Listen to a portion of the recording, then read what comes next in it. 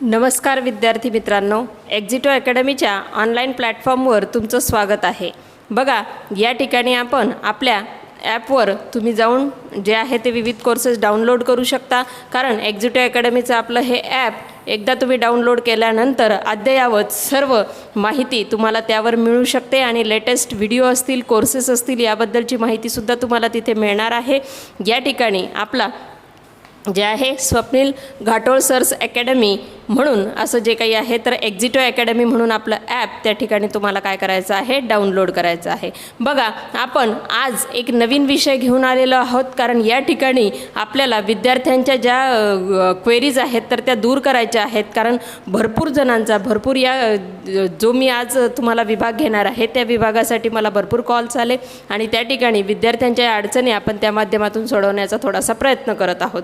तर बघा, आता या ठिकाणी आपल्याला काय करायचं आहे तर सगळ्यात महत्त्वाचा जो आपला पार्ट आहे आज सायन्सचा तर तो आपण इथं कव्हर अप करणार आहोत। तर ती आहे जीवनसत्व। बघा, जीवनसत्वांची जर समजा आपण आवश्यकता प्रतिपादित केली तर त्या ठिकाणी जीवनसत्व म्हणजे आता जर समजा एक आपण परिपूर्ण पोषणाची भूमिकेपासून स्टार्टअप करूया। बघा, न्यूट्रिशन ज्याला आपण म्हणतो तर हे न्यूट्रिशन आपल्या दैनंदिन जीवनासाठी कसे आहेत तर अत्यंत आवश्यक आहे। कारण पचनसंस्थेचा हा महत्त्वाचा अतिशय भाग आहे। मग या ठिकाणी आपल्याला पोषक द्रव्य म्हणजेच न्यूट्रिएंट्स जी आहेत तर ती आपल्याला काय असतात, आवश्यक असतात। परंतु काही अति आवश्यक असतात, काही कमी प्रमाणात आवश्यक असतात। दोन प्रकारची पोषक द्रव्य आपल्याकडे काय आहे त्या ठिकाणी आपल्याला दिसून येऊ शकतात। बघा, मग अति महत्त्वाची जी आहे तर ती आपण काय म्हणतो, कर्बोदके असतील, प्रथिने असतील आणि मेद असतील, ही काय आहे अति महत्त्वाची आपल्याकडे काय दिसतात, न्यूट्रिएंट्स आपल्याला दिसतात। मग कमी महत्त्वाची कुठली आहेत तर कमी महत्त्वाची आपण सांगू शकतो की जीवनसत्व आणि जी आहे तर ती खनिज म्हणजेच मिनरल्स आपण त्या ठिकाणी म्हणत असतो। मग याच्यामधलाच कमी महत्त्वाचा आज आपण एक पार्ट घेतलेला आहे तर तो म्हणजे कुठला आहे, मिनरल्स म्हणजे खनिज। आता खनिज जर म्हटली तर ही आपल्या शरीर यष्टीसाठी काय आहेत किंवा शरीरासाठी अत्यंत आवश्यक आहेत। कारण खनिजांचं जर समजा आपण संपूर्ण रचना पाहिली तर ती आपल्याला कशी दिसू शकते तर मोठ्या प्रमाणामध्ये खनिज ही काय आहे, अजैविक घटकांपासून बनलेली असतात। आता जैविक घटक आणि अजैविक घटक हे सुद्धा कसे असतात तर हे क्षारांच्या स्वरूपात आपल्या शरीरामध्ये प्रेझेंट असतात। तर हे सुद्धा आपण लक्षात घेतलं पाहिजे। मग असे हे अजैविक घटक जे क्षारांच्या स्वरूपात असतात तर त्यांची संपूर्ण ही रचना आपल्या या पेशींच्या निर्मितीमध्ये काय करत असते, सहभाग घेत असते। मग या पेशींच्या निर्मितीमधून जर आपण पाहिलं तर विविध द्रव आपल्याला काय दिसतात, स्त्रवताना दिसतात। आणि याच स्त्रवलेल्या या संपूर्ण पेशींच्या काय म्हणू आपण द्रव्यांना आपण एकत्रितपणे काय म्हणू शकतो तर खनिज म्हणू शकतो, म्हणजे मिनरल्स म्हणू शकतो। बघा, पेशी निर्मिती आहे म्हणजे सेल्सच्या निर्मितीमध्ये, त्याचप्रमाणे काही प्रमाणात टिश्यूंच्या निर्मितीमध्ये सुद्धा मिनरल्सचा काय होतं, थोडासा हातभार लागताना आपल्याला इथे दिसू शकतो। मग अशी हे जे काही खनिज आहेत तर ती किती प्रकारामध्ये विभागलेली आपल्याला दिसून येतात, 4 प्रकारामध्ये विभागलेली आपल्याला दिसून येतात। बघा, कॅल्शियम आहे, फॉस्फरस आहे, लोह आहे आणि आयोडीन आहे। अशा प्रकारचे हे आपली काय आहे रचना आपण सांगू शकतो। कशाची आहे तर खनिजांची रचना आपल्या या शरीरामध्ये आपल्याला विभागून मिळालेली दिसते। अर्थातच ही खनिजांची पूर्तता आपल्याला कशामधून होणार की जे आपण अन्न खातो त्या अन्नामधून आपलं हे द्रव्य स्वरूपामध्ये काय होणार, विघटन होणार त्याचं, आणि त्याच्यानंतर ही संपूर्ण रचना आपल्या शरीरभर वेगवेगळ्या गोष्टींच्या वाढीसाठी असेल किंवा त्याच्या विकासासाठी मदत करत असते। म्हणजे शरीराच्या वाढीसाठी आणि विकासासाठी महत्त्वपूर्ण भूमिका आपल्याला खनिजांची येथे दिसून येते। मग आता याच्याबद्दल सगळ्यात पहिलं आहे तर ते कॅल्शियम। आता कॅल्शियम जर बघितलं ना आपण तर कॉल्स या किंवा कॅल्स या काय झालेलं आहे, कॅल्शियम हा कॅल्स या शब्दापासून आपल्याला काय होताना दिसतो, तयार होताना दिसतो। आता कॅल्स म्हणजेच याचा अर्थ काय होतो, खडू। बघा, याचा अर्थ काय होतो, खडू। म्हणजेच खडूसारखा दिसणारा पदार्थ जो आहे तर तो कसा आहे, कॅल्शियम आहे। मग आता कॅल्शियम हे असं खनिज पदार्थ आहे की ज्याचा रंग कसा आहे, पांढरा आहे। रंग कसा आहे याचा, पांढरा रंग आपल्याला दिसून येतो। आणि त्याचप्रमाणे प्रकाश आणि उष्णता या दोघांमध्येही हा कसा राहतो, स्थिर राहतो। म्हणजेच इथे जर आपण बघितलं तर हा आम्ल माध्यमात काय होऊन जातो, मात्र विरघळताना आपल्याला दिसतो। परंतु परंतु उष्णता आणि इतर प्रकारांमध्ये हा आपल्याला काय दिसतो तर मोठ्या प्रमाणामध्ये स्थिर राहताना दिसतो. म्हणजे उष्णता आणि प्रकाश यांचा याच्यावर काही फरक पडताना दिसत नाही. मग आता याची स्रोत कुठले कुठले आहेत बघा. आता आपण याचे स्रोत बघूया की कॅल्शियमचे आपल्याला कुठून कुठून कॅल्शियम शरीरामध्ये कोणकोणत्या खाद्यवस्तूंद्वारे किंवा खाद्यपदार्थांद्वारे आपल्याला मिळू शकतं. आता सगळ्यात पहिला स्रोत तुम्हाला चांगल्या प्रकारे माहिती आहे, कारण ज्या वेळेला आपल्या शरीरातलं कॅल्शियम कमी होतं म्हणजेच आपली हाडं ही ठिसूळ व्हायला सुरुवात होते त्यावेळेस डॉक्टर दुधाचं प्रमाण हे जास्तीत जास्त वाढवतात. म्हणून याचा सर्वप्रथम स्रोत जर आपण घेतला तर तो कुठला आहे दूध आहे. ठीक आहे. नंतर हिरव्या पालेभाज्या आपण एक सांगू शकतो. त्याचप्रमाणे मेथी हे सुद्धा आपण काय आहे या ठिकाणी सांगू शकतो. तसंच फळे असतील, सुकी फळे असतील, तेलबिया असतील हे सुद्धा काय आहे याचे खूप मोठे स्रोत या ठिकाणी आपल्याला येताना दिसत आहेत. तर हे लक्षात घ्याल. अगदी साधा सोपा असा प्रश्न आहे आणि एक्झामला बऱ्याच वेळेला याच्यावर काय केलेले असतात प्रश्न विचारलेले असतात. जीवनसत्वांवर तर प्रश्न असतात परंतु आता खनिजांवर प्रश्न विचारण्याचं प्रमाण देखील वाढलेलं आहे. ठीक आहे. तर या ठिकाणी हे काय झाले आपले स्रोत झाले. आता नाचणी हे सुद्धा काय आहे याचं उत्तम स्रोत आहे की ज्याच्यातून आपल्याला काय मिळू शकते कॅल्शियमची पूर्तता आपल्या शरीराला होऊ शकते. आणि ही जी खनिजं आहे यांच्यापैकी जर आपल्याला एकही खनिजाची कमतरता झाली तर कुठल्या रोगांना आपल्याला सामोरं जावं लागतं हे सुद्धा आपण याच्यातून बघणार आहोत. बघा मग या ठिकाणी जर आपण बघितलं तर याच्यामध्ये काय होतं आहे याच्यामध्ये काय होत आहे तर हाडे ही जी काही आहे तर ती काय होताना दिसतात आपल्याला ठिसूळ होताना दिसतात जे आपण सर्वप्रथम पाहिलं. त्याचप्रमाणे हाडं आणि दातांची मग आता दात आपले कशाचे बनलेले असतात दात आपले कशाचे बनलेले असतात तर याची बनलेली असतात म्हणजेच आपल्या कॅल्शियमची बनलेली असतात. आणि त्याचमुळे जर आपण बघितलं तर हाडं आणि दातांचा एक संपूर्ण मिश्रण या ठिकाणी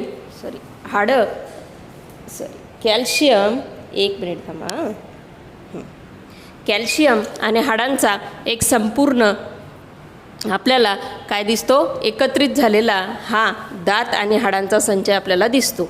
कारण दातंसुद्धा कशाची बनलेली असतात आपली हाडांचीच बनलेली असतात. तर हे लक्षात घ्याल. म्हणजे जर आपण बघितलं तर हाडं बळकट ठेवण्यामागे आणि दातांची वाढ होण्यामागे कोणता एक मेन कारणाचा खनिज असतो तर तो आहे महत्त्वाचा स्रोत आहे खनिजाचा तो म्हणजे कॅल्शियम. तर हे लक्षात घ्याल. मग अजून जे आहे ते कॅल्शियम काय करतं तर आपलं रक्त गोठवण्याच्या प्रक्रियेमध्ये सुद्धा म्हणजे जो गोठायला सुरुवात होते त्या प्रक्रियेतसुद्धा कोण सहभागी होत असतं कॅल्शियम. मग कॅल्शियम जर तुमच्या शरीरात कमी असेल तर रक्तसुद्धा कमी प्रमाणात तुमचं काय आहे गोठतं. मग आता याच्यापासून होणारे आजार कोणते कोणते आहेत तर याच्यापासून होणारे आजार जर आपण बघितले तर ते आपल्याला काय दिसतील तर मुडदूस आहे. नंतर काय आहे आपली अस्थिमृदुता आहे. आता अस्थिमृदुता सहसा वयानुसार आपल्याला काय आहे हा आजार दिसून येतो. अस्थिमृदुता म्हणजे काय या ठिकाणी जर आपण बघितलं तर हाडांचं काय होणं ठिसूळ होण्याचं प्रमाण वाढणं. हे कधी होईल जसं जसं आपलं वय वाढत जाईल तसं तसं हा जो आजार आपण बघितला तर तो आपल्याला काय दिसतो जास्तीत जास्त होताना दिसतो. तर हे लक्षात घ्याल. मग आता दुसरा आपला आहे तो फॉस्फरस. मी इकडे थोडंसं डिस्कस करते. ठीक आहे. बघा मग दुसरा आपला काय आहे खनिज आहे फॉस्फरस. आता फॉस्फरसचं प्रमाण सहसा शरीरामध्ये कमी होत नाही परंतु फॉस्फरस हा सुद्धा काय आहे अतिमहत्त्वाचा खनिज म्हणून शरीरामध्ये काय आहे आवश्यक आहे. अतिमहत्त्वाचा घटक कशाचा परंतु खनिजाचा. आपण खनिजच बघतो आहोत. ठीक आहे. मग आता याचे स्रोत कुठले कुठले आहेत तर याचे स्रोत जर आपण पाहिले तर भाज्या आहेत फळे आहेत नंतर एकदल द्विदल धान्य आहेत. तर हे याचे काय आहेत मोठ्या प्रमाणातले स्रोत आहे. म्हणजे एकदल आणि द्विदल धान्य हे काय आहे याचं मोठ्या प्रमाणामध्ये स्रोत आपल्याला दिसू शकतं. त्याचप्रमाणे अंडी दूध मासे यकृत यांमधून नंतरसुद्धा आपल्याला काय मिळतं तर मोठ्या प्रमाणामध्ये फॉस्फरस मिळत असतं. मग आता फॉस्फरस जर समजा आपण पाहिलं तर हे काय करतं हे सुद्धा हाडं आणि दातांना बळकटी देण्याचं एक काम करतं. कारण जर तुम्ही बघितलं असेल तर मृत व्यक्तीची जर समजा प्रेत म्हणजे जे काही आपण म्हणतो मृत व्यक्तीचं प्रेत जर जळत असेल तर त्यामधून आपल्याला काय दिसतं त्या चितेमधून आपल्याला एक चमकणारा पदार्थ दिसतो. तर तो काय असतो फॉस्फरस असतो. म्हणजेच हे खनिज काय आहे हाडांच्या आतमध्ये सुद्धा प्रेझेंट असलेली आपल्याला दिसू शकतात. तर हाडं आणि दात बळकट करण्याचं काम हे काय आहे फॉस्फरस करत असतं. मग त्याचप्रमाणे आपले जे काही DNA आणि RNA आपण म्हणतो तर याच्यामधला महत्त्वाचा स्रोत किंवा यांना बळकटी देण्याचं कामसुद्धा कोण करतं? फॉस्फरस करतं. म्हणजे फॉस्फरसमध्ये DNA आणि RNAचे महत्त्वाचे घटक म्हणजे RNAमध्ये हा आणि DNAमध्ये महत्त्वाचा सहभाग कोणाचा असतो? तर फॉस्फरसचा असतो. म्हणजेच याच्या मदतीने जास्तीत जास्त लवकरात लवकर आपण हे घटक काय करू शकतो? वेगळे करू शकतो.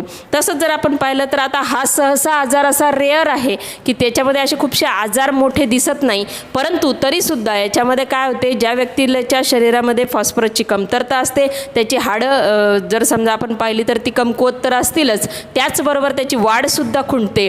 तसंच जर आपण बघितलं तर तो व्यक्ती काय होताना दिसतोय आपल्याला, त्याचे दात हे काय होत नाही, प्रॉपरली उगत नाही आणि नंतर हाडंसुद्धा मधून काय झालेली असतात, बऱ्याच वेळेला खंडलेली आपल्याला दिसून येतात. मग म्हणजेच एक प्रकारे हाडांची अपूर्ण वाढ झालेली आपल्याला दिसून येते. आता याचे आजार नेमके कोणते कोणते आहेत? तर याचे आजार जर आपल्याला बघायचं म्हटलं तर सांधेदुखी हा आजार आपण महत्त्वाचा सांगू शकतो. त्याचप्रमाणे हाडांचे दुखणं असतील, दात व हाडांची जी काही झालेली कमी वाढ असेल ती इथं आपण सांगू शकतो. नंतर तिसरा आपला घटक आहे आणि अतिमहत्त्वाचा घटक आहे तो म्हणजे लोह.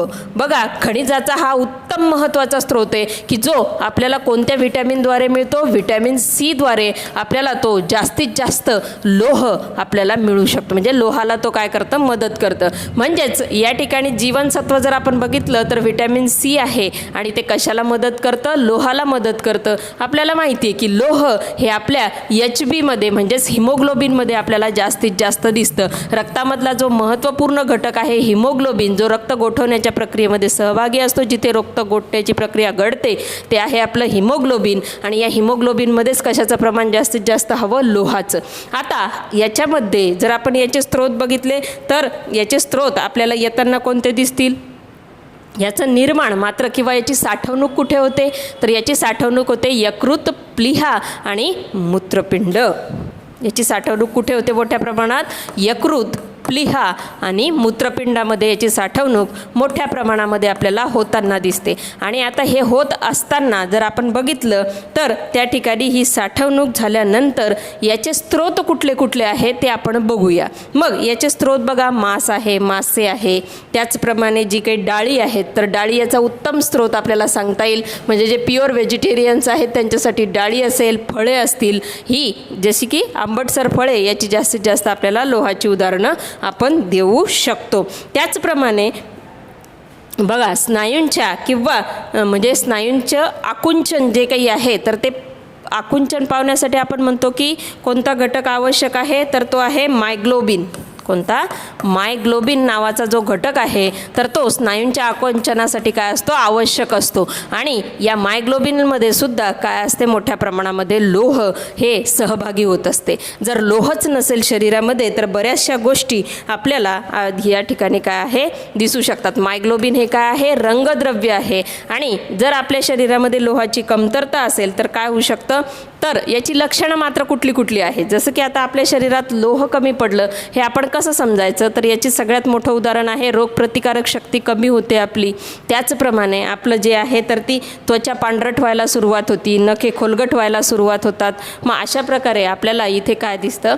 तर हे लोहाचं प्रमाण कमी झालेलं आहे आपल्या शरीरातलं हे आपण ओळखू शकतो. परंतु लोह हा जर समजा कमी होण्याचं प्रमाण आहे हे मुलांपेक्षा किंवा पुरुषांपेक्षा जास्तीत जास्त कोणामध्ये दिसतं? स्त्रियांमध्ये हे जास्तीत जास्त कमी झालेलं आपल्याला दिसतं. कारण त्यांचं असलेलं दैनंदिन जे आपण म्हणूया की कामकाज आणि स्वतःकडे केलेलं दुर्लक्ष त्याला कारणीभूत नेहमीच ठरत असतं. मग याच्यावर जर समजा आपण पाहिलं तर रोगप्रतिकारक शक्ती कमी झाल्यामुळे सिडेरॉसिस नावाचा जो आहे तर तो एक आजार आपल्याला होऊ शकतो.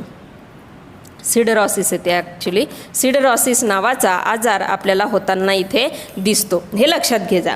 ठीक आहे. त्याच्यानंतरचं आपलं जे काही महत्त्वाचं खनिज आहे तर ते आहे आपलं आयोडीन.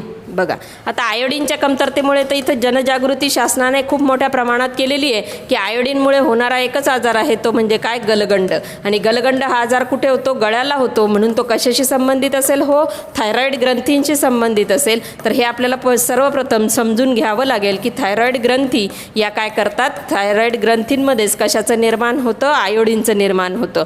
मग आयोडीनयुक्त मीठ याच्यावर काय आहे? सर्वात महत्त्वाचा पर्याय आपल्याला सांगितला जातो की गलगंड ज्यांना झाला असेल त्यांनी काय खाल्लेलं नाही आहे? मग आयोडीनयुक्त मीठ खाल्लेलं नाही आहे. मग हा कशामधून आपल्याला मिळताना दिसतो? तर भाज्या असतील, फळे असतील, आयोडीनयुक्त मीठ असेल, याच्यामधून आपल्याला काय आहे? या घटकांमधून आपल्याला काय मिळू शकतं? आयोडीन मिळू शकतं. आणि आयोडीन हे शरीराच्या वाढीसाठी काय आहे? अतिशय उपयुक्त घटक असा आहे. म्हणजे शरीराची वाढ काय आहे? कशावर अवलंबून असते? आयोडीनच्या या संपूर्ण घटकांवर अवलंबून असते. जर आयोडीन शरीरामध्ये कमी पडलं तर त्या ठिकाणी आपल्याला वाढ ही खुंटताना दिसू शकते. मग भस्मीकरण आणि चयापचय क्रियेमध्ये सहभागी होणारा सर्वात महत्त्वाचा घटक आहे तो म्हणजे काय? तर आपला आयोडीन. कारण चयापचय क्रिया या काय आहे? आपल्या चयापचय क्रियांना नियंत्रित करण्याचं काम मोठ्या प्रमाणामध्ये कोण करतो? आयोडीन करतो. लक्षात घ्याल, कारण आयोडीन हा महत्त्वाचा खनिज म्हणून समोर येतो आणि तो थायरॉईड ग्रंथींमध्ये काय झालेला असतो? इन्क्लूड असतो. आता याच्या अभावी जर आपण पाहिलं तर गलगंड असेल, नंतर मानसिक क्षमता कमी होणं असेल, हे आजार काय आहे त्या ठिकाणी दिसून येतात. बघा अगदी साधा सोपा आणि सरळ टॉपिक आहे. आता अंडी आणि दूध हे सुद्धा याचे काय असू शकतात? स्रोत असू शकतात, हे आपण पाहिलं. त्याचप्रमाणे आयोडीनयुक्त मीठ, भाज्या, फळे हे सुद्धा याचे काय आहे? महत्त्वाचे घटक आहे. बघा अगदी साधा सोपा घटक आपण आज घेतलेला आहे तो म्हणजे काय? तर या ठिकाणी आपण 4 जे आहे ती खनिजं घेतली आणि ती खनिजं कुठली आहे? कॅल्शियम, फॉस्फरस, लोह आणि आयोडीन. या 4 घटकांच्या मदतीने आपण शरीरामध्ये काय करू शकतो? शरीराची वाढ ही सकल आणि सकस पद्धतीने व्यवस्थितरित्या करू शकतो. याच्यामधला एकही घटक कमी जास्त झाला तर त्या ठिकाणी काय होत नाही? शरीराची वाढ व्यवस्थित होत नाही आणि आपल्याला वेगवेगळ्या आजारांनी ग्रस्त व्हायला होतं. तर बघा ज्याप्रमाणे कॅल्शियम शरीरामध्ये आवश्यक आहे त्याच प्रमाणामध्ये फॉस्फरससुद्धा आवश्यक आहे. कारण फक्त हाडांमध्ये कॅल्शियम असून चालत नाही, तर फॉस्फरसचं प्रमाणसुद्धा व्यवस्थित राखलं गेलं पाहिजे. तसंच जर आपण पाहिलं तर लोह आणि आयोडीन हे घटकसुद्धा शरीराला म्हणजे शरीरातील खनिजांच्या प्रमाणांना बॅलन्स करण्यासाठी काय असतात? आवश्यक असतात. लोह हा घटक तर हिमोग्लोबिनमध्ये जो काही आहे तर तो सहभागी होतो, म्हणून तो मोठ्या प्रमाणामध्ये आपण जर बघितलं तर त्याचं प्रमाण जर कमी झालं तर काय होतो? रक्तक्षय नावाचा आजारसुद्धा आपल्याला या ठिकाणी होताना दिसतो. तर या ठिकाणी हे लोहाचं प्रमाण अद्ययावत आपल्याला क जीवनसत्व ज्या फळांमधून मिळतं त्याच्यातून ते आपल्याला वाढवता येऊ शकतं. म्हणून ज्या वेळेला आपल्याला HBचं प्रमाण कमी होतं त्या वेळेला डॉक्टर आपल्याला क जीवनसत्वाची फळं किंवा गुळाचं प्रमाण, शेंगदाण्याचं प्रमाण वाढवताना आपल्याला सांगतात. नंतर आयोडीनयुक्त मीठ जे आहे तर ते आपल्याला वापरायला नेहमीच सल्ला डॉक्टर देतात, कारण त्यामुळे आपल्या शरीरातील आयोडीन हे काय होतं असतं? बॅलन्स होत असतं. आणि ज्या या आपल्या इथल्या थायरॉईड ग्रंथी आहेत ना, या ग्रंथींच्या निर्माणामध्ये सर्वात महत्त्वाचा भाग असतो तो आयोडीनचा. म्हणजे खनिज कुठलं लागतं? तिथं आयोडीन लागतं. अन्यथा मग आपल्याला काय होतो? गलगंड होतो आणि थायरॉईडसारखे आजारसुद्धा आपल्याला काय होतात? प्रबळ व्हायला सुरुवात होते. ठीक आहे, अशा प्रकारे अगदी साधा सोपा टॉपिक आपण आज घेतला आणि या टॉपिकमध्ये आपण फक्त खनिजं कव्हरअप केली आणि असेच अद्ययावत जे आहेत तर ते नवीन टॉपिक आपण थोडेसे वेगळे जे की तुम्हाला अभ्यासाच्या दृष्टिकोनातून महत्त्वाचे असतील आपण नेहमीच आणण्याचा प्रयत्न करत असतो. म्हणून नक्कीच आपल्या चॅनलला सबस्क्राईब करा. माझे अदर व्हिडिओज जर तुम्हाला बघायचे असतील तर नक्कीच तुम्ही आपल्या या यूट्यूब चॅनलवर जाऊन बघू शकता. त्याचप्रमाणे वेगवेगळे ऑनलाईन कोर्सेस आपले अवेलेबल्स आहेत ते सुद्धा तुम्ही बघा.